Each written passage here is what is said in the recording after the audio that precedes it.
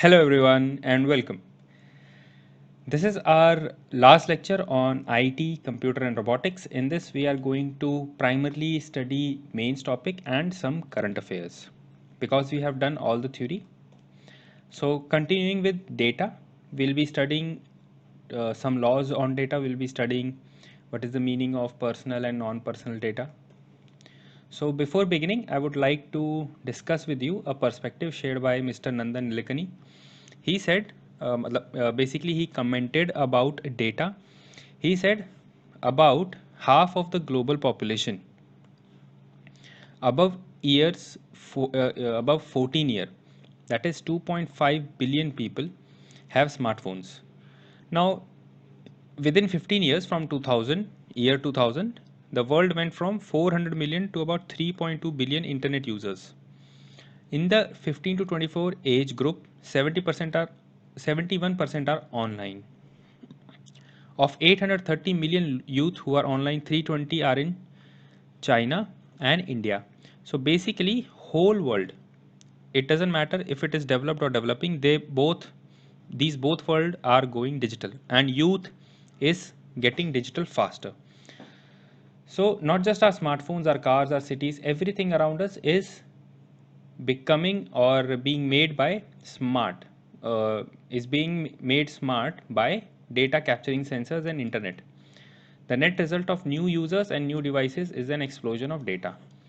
So we need to understand this before moving on to current affairs, that data and it's basically exploding right now. So first, to begin with, first topic is about personal data and non-personal data. Right now in this world, like I mentioned in the previous slide, we are getting more and more connected. So lot of data is getting generated, which is personal data and non-personal data.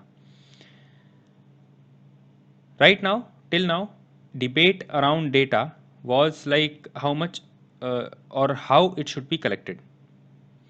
Now this includes lot of personal data like your name, your address, your financial details, your medical details, right? Basically whichever data that can be traced to a person, that is a personal data. Now debate has been around this data only.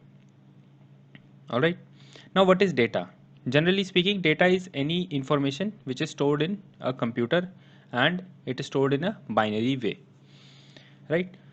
So non-personal data has not been in the debate till now, only personal data has been in debate. Like whenever we talk about privacy, it is about privacy of the personal data. All right. So I hope this is clear. Now let us see what it means to be or what it means as a personal data. Personal data is your own thing, like your characteristics, your attributes, your identity. And Justice B.N. Shri Krishna has discussed about this in Personal Data Protection Bill. The committee has given suggestions, and there is a bill also, PDP bill, Personal Data Protection Bill. Non-personal data is something in which your no detail is there. Your basically no personal detail is there of the person, like their name or address. So things are anonymized. Personal data is removed. Third, data protection. Policies and procedures which want to reduce the intrusion into the privacy of the person by uh, data collection. So whenever a data is collection and it might infringe on someone's privacy, it might compromise someone's privacy, that function is called data protection. Now data protection has been done by European Union through GDPR, that is General Data Protection Regulation. This is a regulation by EU on data protection. Similarly, Japan has a law on protection of personal information. So countries are waking up to this issue and they are already trying to solve it. But what about India? Information technology rules have general rules with regards to privacy laws. Collection of government data is governed by Aadhaar Act and Aadhaar regulations. Data related to banking sector is regulated under Credit Information Companies Act 2005 and two other regulations. Data related to healthcare sector is regulated by Clinical Establishments Rules and ICMR regulations. Section 43A of IT Act 2000 protects user data from misuse, but it is only applicable to corporate entities and not on government agency. So these are the rules and regulation and laws under which data protection is currently being done in India. But as I told you, data is increasing, privacy issues will increase. So as part of reforms in data protection, personal data protection bill has been introduced, right? So we will study about that. What is the need for data protection? First of all, we need to understand why this law has been introduced. So India has almost 62 crore users. Almost 50% of people are using internet. And Supreme Court has declared that right to privacy is a fundamental right. Again, in the case KS Puttaswamy.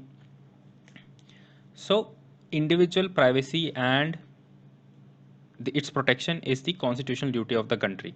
So this is why this law has been introduced. Again, we need to check the unfair access by other agencies. Basically, snooping should not be done because so many people are now on WhatsApp, right? Many countries try to protect their users' information by laws, so we also should protect. The data has economic value. For example, Facebook Cambridge Analytica scam that happened, in which personal data of a lot of people from their Facebook account was taken and analyzed without their consent. So we need to understand that such economic value is there. This is more of a political value, but again, you can use data. I'm just giving an example of Facebook and Cambridge Analytica, but data can be misused to create something beneficial for a company, but not the general person.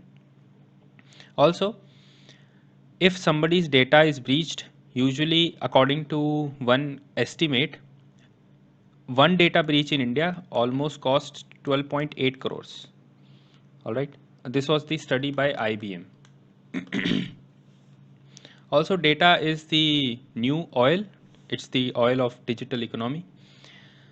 Finally, for online safety.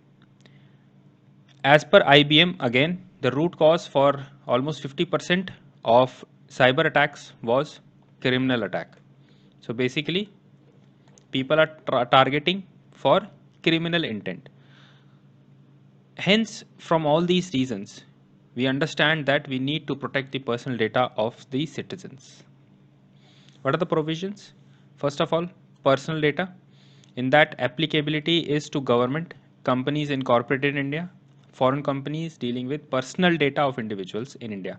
Basically, see, this part of the bill, this is supposed to be read in GS2. So I'll be just talking about it. I'll be explaining mostly the science and tech part or policy with respect to science and tech. Otherwise, this part has to be covered in current affairs of GS2. Now, obligations of data fiduciary. The person who collects or decides the means and purpose of processing personal data, that is basically data fiduciary. So they have a responsibility to declare whatever or however the data is being used. Rights of the data principle is there. Then ground for processing personal data, consent plus exceptions. Basically, this means personal data can be used for some other thing, but only with exceptions and only after the consent is taken.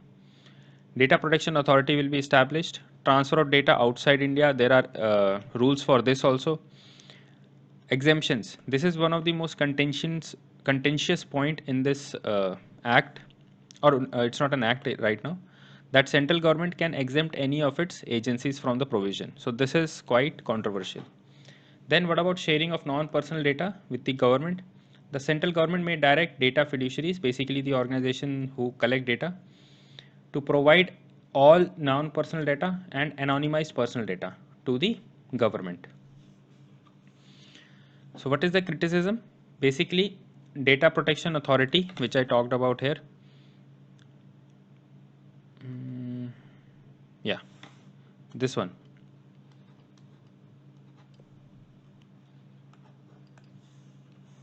This is dominated by the government.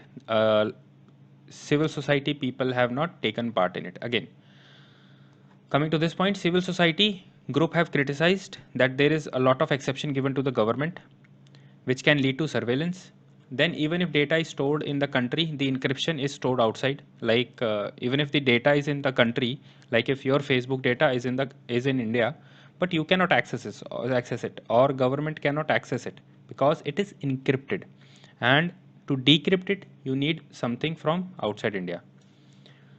Then the draft that was given by Justice B.N. Shri Krishna committee, this bill is different from that. So people are saying that you are not following what was recommended. Now let's talk about non-personal data. It is of mainly three types: public non-personal data, community non-personal data, private non-personal data. Now let's briefly see what they mean. Public non-personal data. Now this is basically like land record. So public means which is relating to general public or something that relates to the government. So any data which is relating to public work or publicly funded work, like any work that is funded by taxpayers' money, it's a public work. So any data related to that will be public non-personal data. Second, community non-personal data. This means something which is applicable to, let's say, a group of people. For example, if we want to see how many people are paying their bills, so we can generate an anonymous set of community non-personal data. How many people have paid on time, or how many people have scooters, how many people have motorcycles, how many people have four-wheeler in their house. All these things can be called as community non-personal data. Finally, private non-personal data. This is person's personal data, right? Matlab, it belongs to a person. Like some knowledge that you have created something, or let's say you are creating vlogs, you are creating blogs. So all that is your private non-personal data.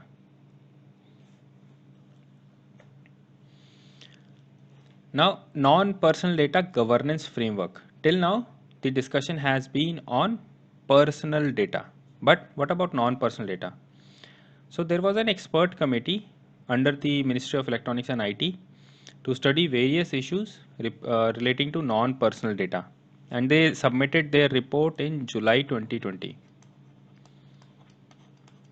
So the committee said that whenever personal data is anonymized, then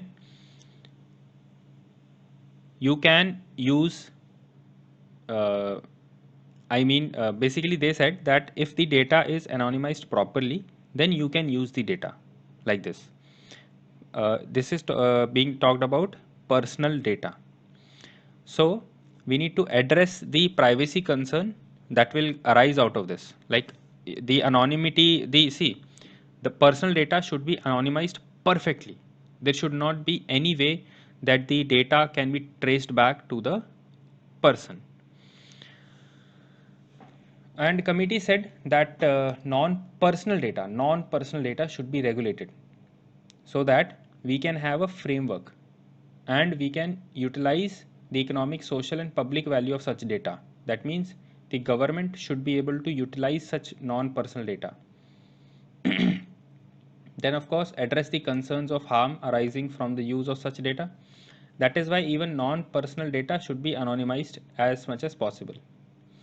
Then what are the risks associated with non-personal data? Problem is no anonymization is perfect. Some things might get leaked, but we have to be careful as much as possible. For that, what you can do is create some process, right? Just don't keep giving away data. Keep a process because of which the data cannot be traced back to the person. Non-personal data authority should be created, NPDA, right? So that it has experts for framing guidelines and not just generalists. Sharing of non-personal data. Any entity may raise a data sharing request. Like let's say there is a think tank. It wants to collect some data on traffic patterns or spending patterns, and it has requested data from the government. So metadata, which is basically data about data, that will be shared, which is open for all. Like I've given example, data about roads in the country. So that data can easily be shared with any entity. So this is what that committee has said.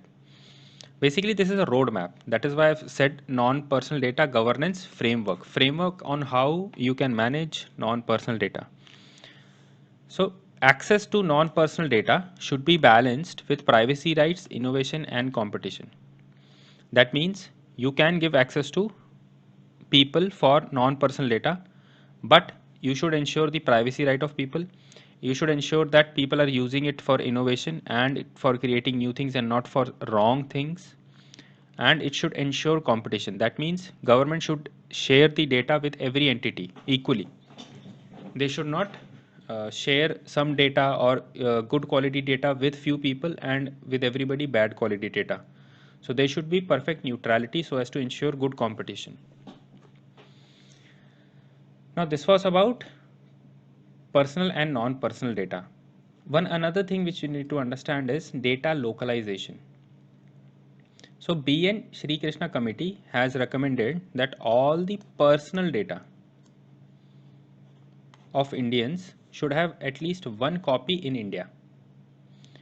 Also, RBI announced that the payment system, they also the companies who are running the payment system, basically like Paytm has a payment system, Google Pay has a payment system, they all need to store the entire data with regards to payments in India only. They can't take that data outside. So this is a good thing.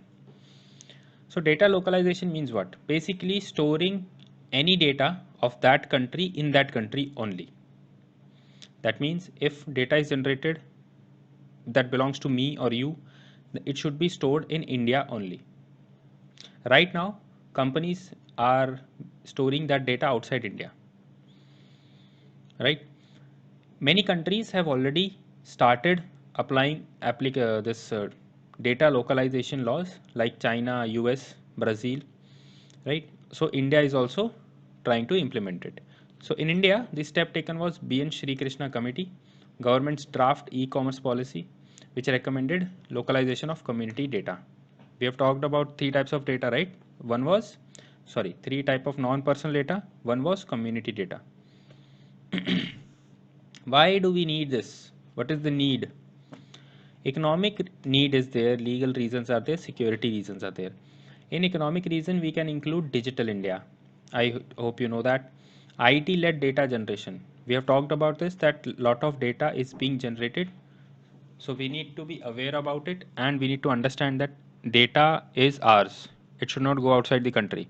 It's like basically whatever is being produced in the country, it can be utilized in the country.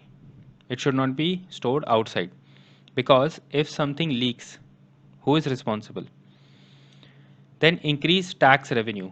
Basically, by using the data, you can make companies uh, basically earn profit in India, like creating data centers, then creating jobs. So all these things will increase tax revenue. Legal reasons. Maintain data sovereignty. This is something which is basically we have the right over our data. This sentence, like we have the right over data generated by our citizens and it should remain in our country only. Security reasons are simple, that if they go outside and data gets hacked, then who is responsible?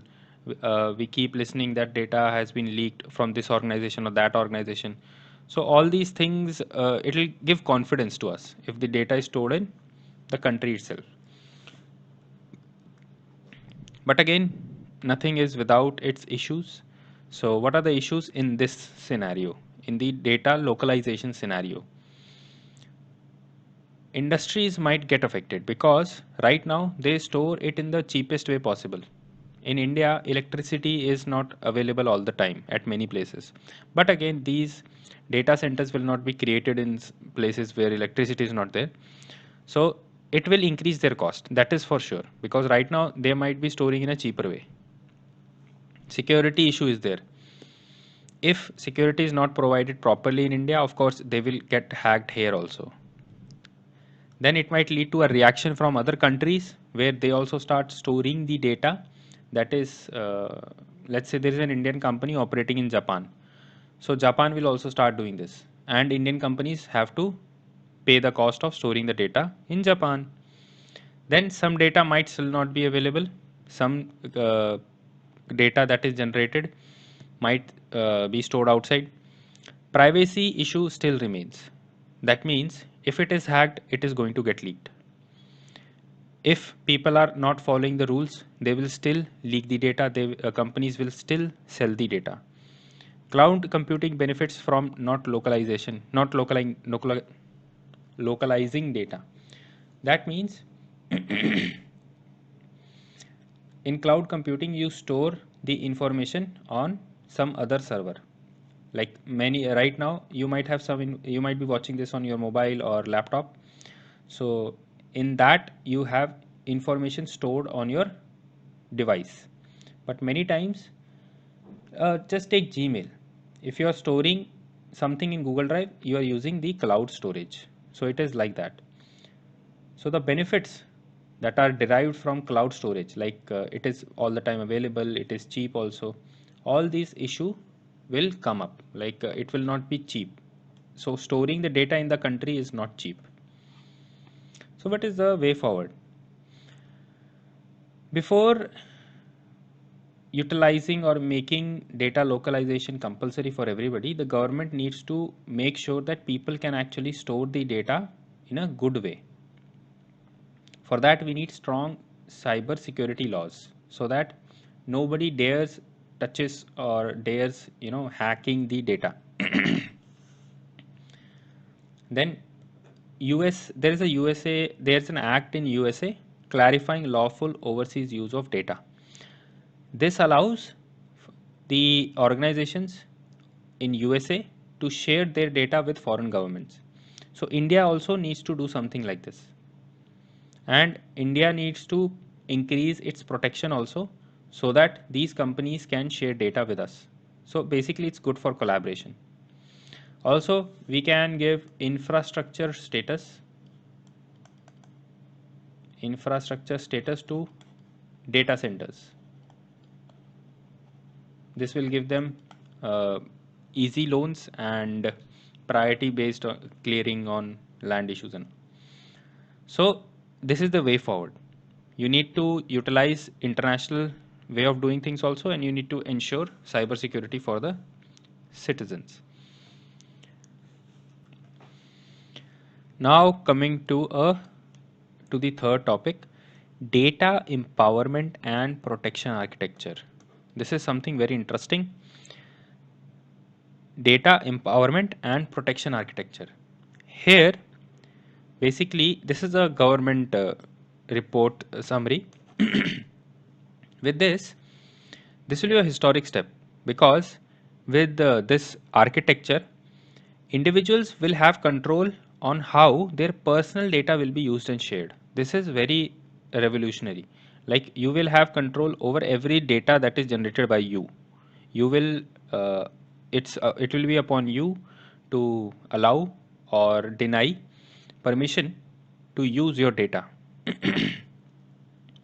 So this will be empowerment. That is why data empowerment, and then protection. Obviously, there will be things that will be protecting your data. So what will happen is you will be able to utilize your digital history to basically to your own benefit. One example I would like to give here: if a small business,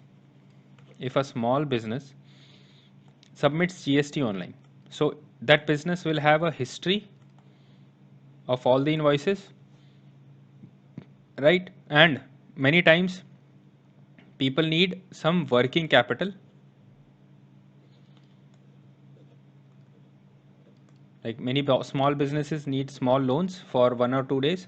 So they can take the loan based on this GST digital history. That means they will have access to the GST history, and they can also show it to somebody else. They can give access to that account to somebody to show that they have the capacity to pay. They just need a small loan for 1 or 2 days, which is nothing wrong. It happens in a lot of businesses. So a small business could use the invoices submitted to the GST authority to digitally prove, listen carefully, to digitally prove that they can repay the working capital loan, and hence they can get a cheap capital. Because you have to prove that you can pay it. So in this they will not be giving any mortgage. They will just prove from their history that they can handle this much of money. It keeps coming to them in 1 or 2 days. Now how does it look? How does the data empowerment and protection architecture look? So see, somebody will request for data. See the point one. Somebody will request your data. Now there will be a consent manager, basically a middleman. Now that person will forward, or that consent manager will forward the request to the user, which is you. Now you will give, let's say you allow. So in the third point, you will allow the consent to, or basically you will consent to share the data. Fourth, the information is taken from whatever information that is required, it is taken. Now that is encrypted, end-to-end encrypted. E2E means end-to-end encrypted. End-to-end means from the starting till ending it is encrypted. Even if somebody steals it, they will not be able to access the data.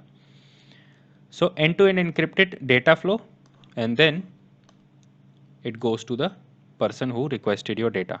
Now this can be this person who requests the data can be anybody. It can be a bank, it can be anybody. All right. So DEPA, DEPA, Data Empowerment and Protection Architecture. This is a very good infrastructure model for data sharing. It can bring new clarity and new way of doing things, especially in data governance. All right, very critical thing and very interesting also. So how will this help? Basically, the framework says that it will reduce the cost of sharing, and it will reduce the cost of hosting the data at multiple places. So data will be at only one place and it will be taken out only when it is requested. Then easier data portability and harmonized regulation. If people store things in different formats, then collecting it all at one place will be an issue.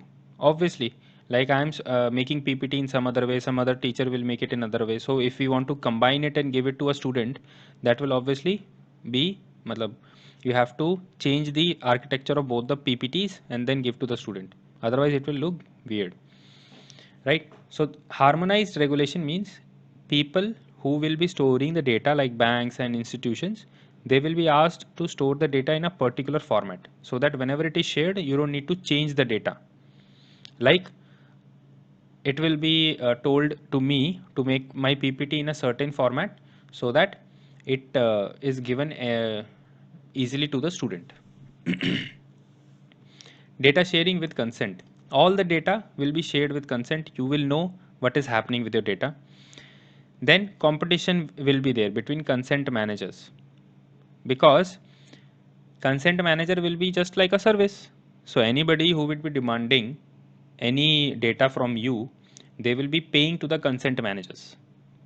And consent manager will collect all the data. You will not collect any data. You will just say yes or no, and the consent manager will collect all the data and give it to the person who demanded it. Then financial inclusion. Like I took the example of GST, similarly in India, a lot of people are not storing things digitally. So if such a framework comes, people will start storing it digitally. People in the sense, the users also and the banks also. And many small banks don't store things digitally properly in a proper format. So Issue right now in India, one of the issue in financial inclusion is that people are not able to get cheap credits. So if the people can show that they have such a credit history, they have so many things digitally stored, all these things, if they are shown to a bank, they might be able to get cheaper loans. All right. So right now the issue is people have undocumented financial history. They have a financial history. They might have paid loans to a lot of people, but it is undocumented. But since uh, or rather whenever this comes, this architecture, all credit histories will be stored digitally and you can show them to get proper credit. So it will look like this right now. It looks like this, right? This is called end user license agreement, and terms and conditions are written, and you just nobody reads it. Then we just click on I accept. After this architecture, it will look like this: share data, this data with ABC until X. That means share data, let's say about your financial history with some bank until 2 days. Yes. So the benefit will be you will know, you will have all the history. Like right now, you can go into your bank account and print out the passbook, or you can see it in apps also. Whatever history is there, like whatever payments you have made, and so on. So similarly, things will be done here. You will know every data transaction that you have made, and this is if we start it right now, because right now data revolution is coming in India. If we do this right now, this will create a very good foundation for the future. What are the global approaches for data protection and sharing? I've talked about this European Union's General Data Protection Regulation. It has very strong data protection law, very strong, and the emphasis is on gathering minimum data. They have an approach that companies should collect minimum data. They should just not collect large data. Forget about regulating a lot of data. Companies should just not collect a lot of data. Then UK has one open banking data sharing framework. Basically, it mandates that the banks gather individual consent to share data. All right. So banks have to take consent of the individual. Then Australia's My Health Record. This in this system you can get out of it. That means you can say no, but you can also get out. That means you can delete your data. China's approach by creating a lot of basically boundary around its internet, and it prioritizes national security over user control and democracy. So basically protectionism. We are talking about data protection, right? So even China protects its data very strictly. Then USA has some cyber security measures, but it does not have a nationwide protection law. That means data is protected under some cyber security rules, but as such there is no one uh, let's say law like GDPR for European Union. Same applies to India. All right. So that is all for this lecture. Quite small lecture, but again, this was mostly based on current affairs, so not much to discuss. We have discussed the basics already. So I hope you have understood these three things, quite new things for everybody, I think. And if there is any doubt, please let us know. All right. So see you in the next lecture. Till then, please read it and revise things. Without revision, things will not sit in your mind, and you will soon forget them. All right. So with that note, see you in the next one. Bye bye.